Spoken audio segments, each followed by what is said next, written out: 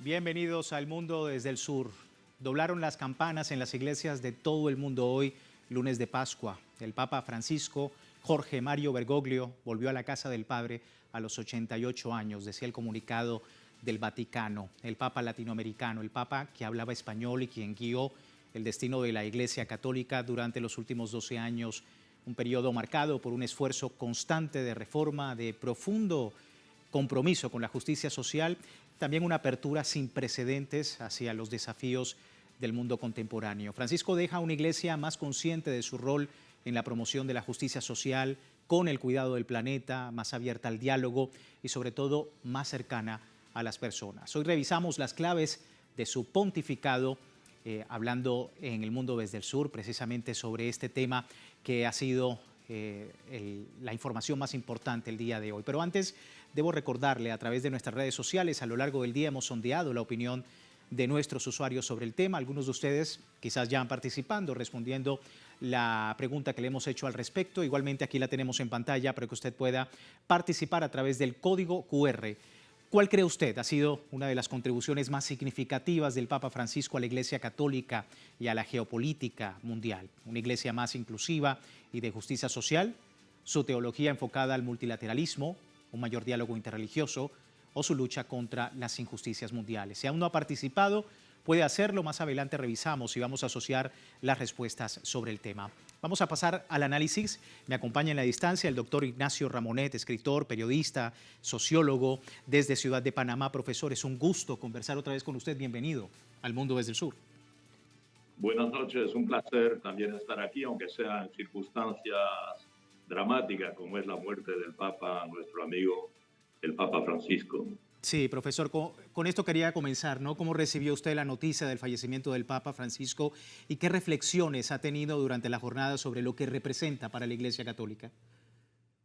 Mire, primero ha sido una gran sorpresa. Sabíamos que estaba enfermo, evidentemente, pasó 5 semanas en gran peligro por su salud, con esa doble pulmonía, pero lo habíamos visto ayer en el Vaticano, en la plaza del Vaticano, saludando, incluso en su vehículo, saludando personalmente, no solo detrás de un balcón, sino paseándose por la Plaza San Pedro. Y por consiguiente, cuando esta mañana, muy tempranito, supimos la noticia, pues nos sorprendió tremendamente. Por otra parte, también no deja de sorprender que un lunes de Pascua, inmediatamente después de resurrección, el Papa haya fallecido. No cabe duda que se pueden ver, aunque algunas personas no sean, digamos, religiosas, pero se puede ver un signo particular. Parece que en la tradición histórica en Roma, las personas, no los papas, que mueren el lunes de Pascua, parece que es porque han sido buenas y que Dios las llama cerca de ellas. En fin, en todo caso, sí ha sido una sorpresa y también es muy interesante ver las reacciones durante todo el día. Era un papa tremendamente querido por los humildes, un papa muy respetado, mucho más allá de la religión católica, evidentemente. Era un líder mundial, el líder mundial también de los humildes, el líder de los pobres, el líder de los movimientos sociales, el hombre que tenía una palabra para los discriminados, que tenía una palabra para los excluidos, que tenía una palabra para los inmigrantes. Recordemos que su primer viaje lo hizo yendo a la isla de Lampedusa, que es la isla donde más inmigrantes llegan de África. Muchos de ellos pierden su vida al sur de Italia, llegando en cayucos, en embarcaciones muy frágiles. Entonces es un papa que ha dejado y que deja una gran marca. No tanto en la teología, que eso es más para especialistas, pero sí en este discurso, por ejemplo, en su crítica tan importante que fue el objeto de una de sus encíclicas, Hermanos Todos en particular, contra la globalización, contra el neoliberalismo, contra el capitalismo salvaje. Ningún papa, desde, digamos, Benedicto XV y León XIII, ha atacado más, criticado más el capitalismo de esta época que hemos conocido, el ultraliberalismo, que el Papa Francisco. Entonces, todo eso ha sido también durante todo el día un, un momento, un movimiento general internacional en favor de la personalidad que representaba este Papa. Desde el punto de vista geopolítico, un Papa que ha defendido a los países del sur, que ha defendido evidentemente,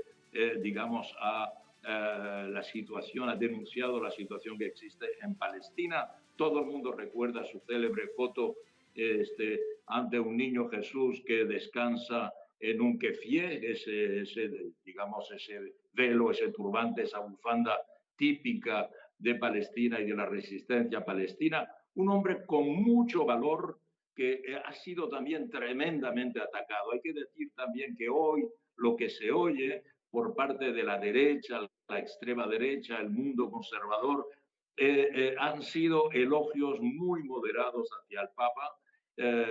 Se nota precisamente que en el mundo de hoy el progresismo internacional con todas sus variaciones, lo que llamamos el sur global, ha tenido palabras muy calurosas, muy fraternas con respecto al Papa y que en cambio las grandes potencias, los grandes centros históricos de las potencias dominantes, el eco que ha venido de las instituciones ha sido mucho más discreto, digamos. Sí. Profesor, hablemos un poco al interno de la Iglesia, ¿no? Un papa que dio paso a profundos cambios desde el derecho canónico, una mayor relación entre la Iglesia y la modernidad, un papa austero, a puertas abiertas a temas polémicos, el tema de los abusos a menores, la homosexualidad, entre otros, decía, todos adentro de la Iglesia y desde allí el debate, ¿no? ¿Qué decir de todo ese legado? Es muy importante. Recordemos que el Papa Francisco sucede a dos papas muy reaccionarios, Juan Pablo II y Benedicto XVI, y que además entre los dos representan casi 2 decenios y medio de mandato. Un largo mandato muy caracterizado por un discurso teológico extremadamente conservador. Recordemos que Juan Pablo II fue un enemigo radical de la teología de la liberación y por consiguiente la llegada de este Papa, primero que venía del fin del mundo, como dijo él, era el primer Papa desde hacía más de 1000 años que no era europeo, un Papa latinoamericano, un Papa venido precisamente de la periferia de este mundo dominado desde hace siglos por grandes potencias y también venía con una idea de reforma, es el primer papa jesuita también, y venía con ideas de reforma, en particular con esta idea primero de austeridad, de modestia, ya era una revolución que se llamase Francisco. Observamos que en la historia de la Iglesia Francisco es un santo que vivió en el siglo XIII, o sea, hace 7 siglos. En 7 siglos ningún papa se atrevió a llamarse Francisco porque Francisco era el papa de los pobres, era el papa de la naturaleza, era el papa de la creación, era el papa de la humildad, era el papa de la austeridad, era el papa de la pobreza. Entonces, él sí se llamó Francisco y quiso vivir de manera moderada. Recordemos que desde el principio decidió no vivir en los aposentos imperiales del Vaticano, sino en la modesta pensión de Santa Marta, donde tenía una modesta habitación, 2 pequeñas habitaciones, y también decidió cambiar el funcionamiento de la Iglesia. Él pensaba que el secularismo, es decir, la idea de que tenía que entrar en la Iglesia los seglares, los civiles debían de entrar en la Iglesia, que finalmente el clericalismo había sido malo para la Iglesia. El hecho de que los clérigos, es decir, los sacerdotes, la curia en general, dominase la Iglesia, él pensaba que era una manera de traicionar el discurso de Jesucristo. Y en ese sentido también tuvo muchísimos adversarios. También decidió feminizar la Iglesia. Él encontraba que la Iglesia era demasiado masculina, hizo que las mujeres tuviesen más puestos, incluso hay ahora equivalente de puesto de ministra y una ministra mujer, que es una revolución en el Vaticano. Decidió también abrirse a la comunidad gay. Él dijo que precisamente si un gay quería acercarse a la iglesia, en nombre de qué se le podía prohibir. Esto fue muy importante también con los divorciados que se volvieron a casar y que él pensaba que si los divorciados, que hasta ahora, como sabemos, quedan excomulgados de la iglesia, si los divorciados querían volver a la iglesia, querían escuchar la palabra de Dios, pues había que aceptarlos y había incluso que bendecirlos en algunas circunstancias. Esto también suscitó una gran reacción. Todas estas medidas han sido importantes. La denuncia precisamente también de los abusos que ha habido contra los jóvenes, las chicas y los chicos jóvenes en tantas instituciones católicas a través del mundo, en Europa, en América Latina, en Estados Unidos. También él fue también implacable, no tanto como algunos hubiesen deseado en este sentido, pero también fue implacable. También ha sido un papa que ha deseado mayor apertura, en la medida en que lo vamos a ver ahora precisamente. Por ejemplo, él ha nombrado un número considerable de cardenales, ha nombrado más de 70 cardenales nuevos, que son los que van a participar en el cónclave a partir de los próximos días para elegir al próximo papa. Y en este número hay un mayor número ahora de cardenales que no son europeos que los europeos que han dominado la Iglesia durante 2000 años.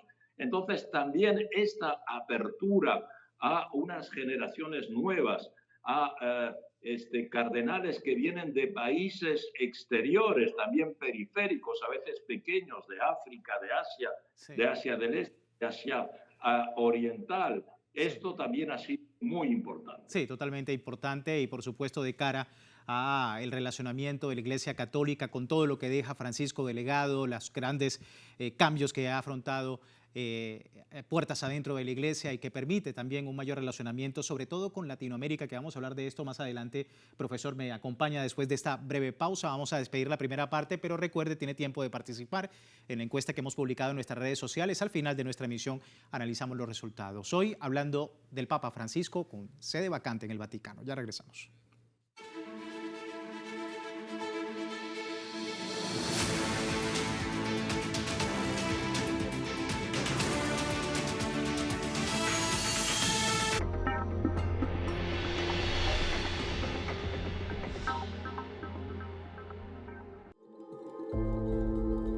Jorge Ricardo Massetti, periodista argentino, reconocido por ser el único corresponsal que cubrió la Revolución Cubana, fundar la agencia de noticias latinoamericana Prensa Latina y liderar una guerrilla guevarista en Argentina.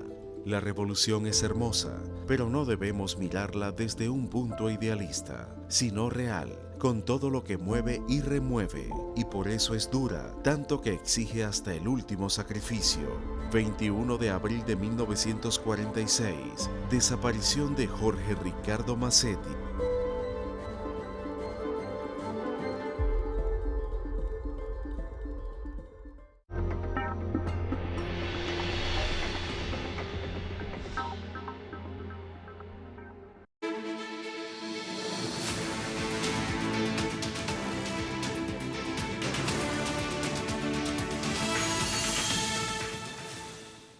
Gracias por seguirnos en El Mundo desde el Sur. El mundo católico llora la partida de Francisco y por supuesto hablamos en El Mundo desde el Sur sobre las reacciones, sobre lo que ocurre desde el continente.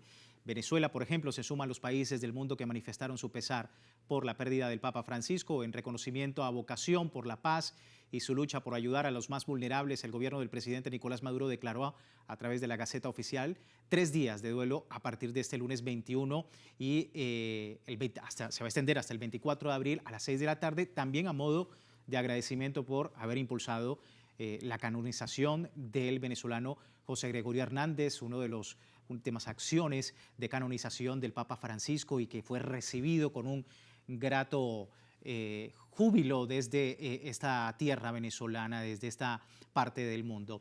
Me acompaña el doctor Irrancio Ramonet, escritor, periodista, sociólogo desde Ciudad de Panamá. Hablamos ahora, profesor, de un papa que de cierta manera habló en español, que era latinoamericano, cercano a las realidades de Latinoamérica, del continente. ¿Cómo califica usted la relación de Jorge Mario Bergoglio con la región? Bueno, ha sido efectivamente un papa argentino y siempre reivindicó su argentinismo. Eh, Sabemos que tuvo muchas simpatías peronistas en un momento de su vida, que por su propia práctica religiosa fue un arzobispo de Buenos Aires tremendamente popular, que visitaba constantemente las barriadas más modestas, tenía hábitos de ir a algunos barrios y en particular de pasar los domingos con las familias humildes. De todo esto es bien conocido, conoció la dictadura evidentemente argentina. Era un papa que se sentía latinoamericano, no ha cesado de confirmarlo. Todos recordamos en particular, primero hay que, aunque no seamos, he dicho antes, observadores de símbolos, pero vemos que el Papa fue elegido, recuerdan, el 13 de abril, el 13 de marzo, perdón, el 13 de marzo de 2013, o sea, 8 días después de la muerte del comandante Chávez, y que todos pensamos que en el momento en que Chávez murió era el momento del cónclave en el que había dimitido Benedicto XVI y se estaba desarrollando el cónclave. El Papa Francisco fue elegido al cabo del quinto voto. Entonces todos pensamos que Chávez allá arriba había intervenido para enviar al mundo un papa latinoamericano. Salía de escena, podríamos decir, un gran latinoamericano y entraba otro gran latinoamericano. Eso Sí. fue extremadamente importante, porque este papa hizo una serie de viajes a América Latina. No era partidario y fue crítico de la teología de la liberación, como sabemos. Él era más bien partidario de lo que los teólogos argentinos llaman la teología del pueblo, pero en gran parte evidentemente había bastante aproximación con esta voluntad de estar cerca del pueblo, había esta voluntad de tener una relación, tener un discurso en una iglesia cerca de los pobres. Todos recordamos su encuentro con Fidel Castro, que quiso visitar en septiembre de 2015. Ha sido extremadamente cariñoso con el presidente Nicolás Maduro. Yo cuando fui a ver al Papa, recuerdo que unos días antes había estado con el presidente Maduro y le dije al presidente Maduro, voy a ver al Papa, tengo cita con él, le va a recibir en el Vaticano.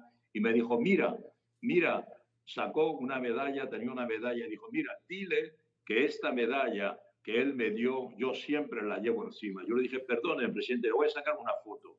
Y le saqué una foto del presidente enseñando la medalla. Y cuando llegué al Vaticano, que me recibió el Papa Francisco, le dije, lo primero que quiero decirle es que hace unos días estuve con el presidente Maduro y mire lo que el mensaje que envía. Le dice que la medalla que usted le regaló no se la quita nunca. Y Sí. entonces me dijo, dígale al presidente que hace muy bien, que esa medalla lo protege, ¿verdad? Sí. Sí, Y totalmente. obviamente era un hombre era un hombre muy abierto a precisamente la necesidad de América Latina de unirse. En cierta medida podríamos decir que era peronista, pero también era bolivariano. Sí, sin embargo, profesor, también recordar que Francisco, papa argentino, que fue víctima, al menos en un principio, a la retórica libertaria de Javier Milei y que, por otro lado, hijo de migrantes italianos, se pronunció por el derecho de los migrantes y las personas refugiadas. ¿Qué decir del manejo del Papa Francisco en estos escenarios, esa Argentina libertaria o con el gobierno libertario de Javier Milei y, por otro lado, también Estados Unidos y el tema migratorio? Bueno, efectivamente la prueba es que Milei lo insultó enormemente. Hoy trata de ocultar esos insultos, pero están en las redes. Lo trató de izquierdista, lo trató de radical, lo trató de comunista. Bien, luego fue elegido presidente Milei y lo visitó, y el Papa, porque es cristiano y ser cristiano significa también saber perdonar, lo recibió.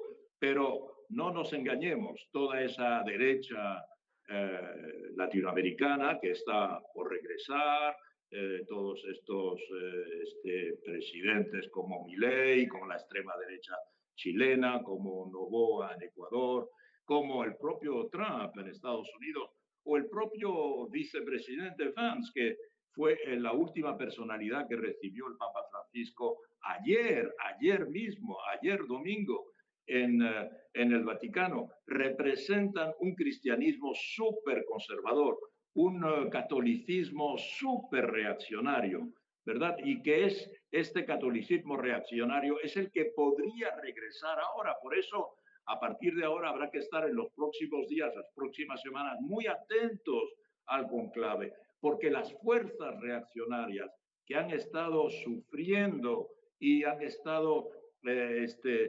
arrinconadas gracias a la valentía, a la audacia del Papa Francisco, pues ahora pueden despertarse y vamos a ver en qué medida van a tratar de retomar el papado. Sí. Profesor, revisando las publicaciones en redes sociales, comparte usted la publicación de un diario digital con los posibles sucesores de Francisco, que incluyen 2 italianos, 2 filipinos, 2 franceses, un español, brasileño y hasta un estadounidense. Sabemos que es difícil determinarlo, pero ¿qué espera usted dentro de las posibilidades? Bueno, pues este es el debate, ¿verdad? Primero, digamos que esta es una primera reacción de la prensa hoy, todo el mundo, aunque la prensa, digamos, había ya hecho sus deberes y como el Papa estaba muy enfermo, muchos medios han tenido el tiempo de ir preparando un dossier, sobre todo cuando el Papa... Bueno, ahí teníamos al doctor Ignacio Ramonet, escritor, periodista y sociólogo, un problema de comunicación a propósito pues del fallecimiento del Papa Francisco y las reacciones que por supuesto se han generado a través del mundo desde Latinoamérica. Por supuesto ha sido la reacción, como veíamos en un principio, desde la República Bolivariana de Venezuela. Por otro lado teníamos también las reacciones desde los Estados Unidos, desde los países de Centroamérica, a propósito de desde la gran misión que tuvo el Papa Francisco, desde su doctrina, su acción doctrinal, desde el manejo precisamente como un pastor de iglesia, también enfocado en temas de la geopolítica internacional, que permitieron desde alguna manera y a través de su mensaje un importante legado de paz, un importante legado político. Y tenemos en pantalla el mensaje del general del ejército Raúl Castro Ruz a propósito del deceso del Papa Francisco. Dice: descanse en paz, entrañable amigo, su deceso me conmueve profundamente. Fue usted un hombre íntegro y consecuente que reciprocó con afecto y buenaventura la relación humana que forjamos. Conservo gratos recuerdos de los encuentros que sostuvimos y aprecio significativamente su cariño hacia el pueblo cubano y su contribución personal para fomentar un diálogo fraternal y de entendimiento en las relaciones entre Cuba y la Santa Sede que se fortalecieron durante su pontificado. Su vida y papado fueron ejemplos de infatigable bregar en defensa de la paz y la fraternidad entre los pueblos, su preocupación constante por los acuciantes retos que enfrenta la humanidad y su dedicación y compromiso con la búsqueda de una solución viable y a la vez sostenible en esas problemáticas será ejemplo para todos. Tal como me manifestó en una ocasión, también lo llevaré para siempre en mi corazón, dice Raúl Castro Ruz, a propósito de lo que hablaba con el profesor Ignacio Ramonet, la importancia del Papa Francisco para el pueblo cubano. Por supuesto, ha sido un baluarte su mensaje de amor, su mensaje, la reciprocidad en su accionar, ¿no?, doctrinal. Tengo nuevamente al profesor y efectivamente, profesor, para finalizar, ¿no?, precisamente las reacciones de Cuba, de los países latinoamericanos y, como veíamos en esta nota, efectivamente el cariño que presentaba el Papa Francisco para toda la región latinoamericana. Sí, es un papa que ha sido importante para la región por la importancia que tiene la región en el catolicismo. Evidentemente no hay que olvidar lo esencial.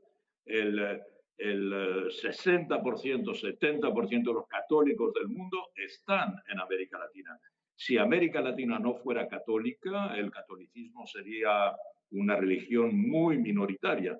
si hay 1.500 millones de católicos en el mundo, en gran parte es porque los latinoamericanos, pues en América Latina la religión católica sigue siendo muy importante. Como decía, lo que tenemos que observar ahora en ese cónclave para la sucesión del Papa Francisco es que ignoramos por el momento, ¿verdad?, cómo se van a comportar la mayoría de los cardenales que tienen menos de 80 años y que van a participar y que han sido nombrados por el Papa Francisco. Unos 70 de ellos son nombrados, o sea, más de la mitad. Hay unos 115 que van a participar en la elección.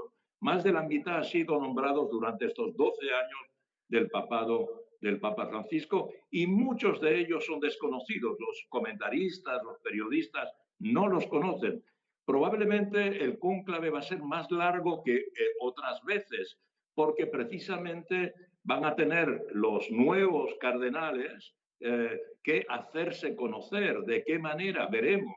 Por eso va a llevar un poco de tiempo. Puede haber una gran sorpresa. La elección del Papa Francisco ya fue una gran sorpresa. Y por consiguiente puede ser una sorpresa. También la elección de Juan Pablo II, recordamos, había sido también una sorpresa. El primer papa no italiano desde hacía también casi 1000 años, este papa polaco. Y este papa argentino ha sido una gran sorpresa. El debate es esencial, progresismo o conservadurismo. Sí. ¿Va a volver la Iglesia a su, digamos, base reaccionaria de donde trató de sacarla Francisco? Francisco ha tratado de proyectar la Iglesia Católica hacia el mundo, hacia un mundo en el que el sur global, los BRICS, cada día tienen mayor rol, en un mundo multipolar, un mundo multicéntrico. Francisco ha querido crear una iglesia de un mundo multicéntrico. La van de nuevo a llevar a algunos conservadores a ser una iglesia controlada por la jerarquía católica europea. Ese es uno de los debates que plantea la muerte del Papa Francisco, tan querido. Sí, nosotros por supuesto muy atentos a esa continuidad o simplemente al acercamiento que ha tenido el pontificado de Francisco hacia los más pobres. Nosotros con esto finalizamos, se me termina el tiempo, profesor. Muchísimas gracias. Gracias, muchas gracias y buenas noches. El doctor Ignacio Ramonet conmigo acá en El Mundo desde el Sur, y con él finalizamos, por supuesto muy atentos de la información de lo que viene en los próximos días en sede vacante en el Vaticano. Soy Luis Francisco Blandón, gracias por su tiempo.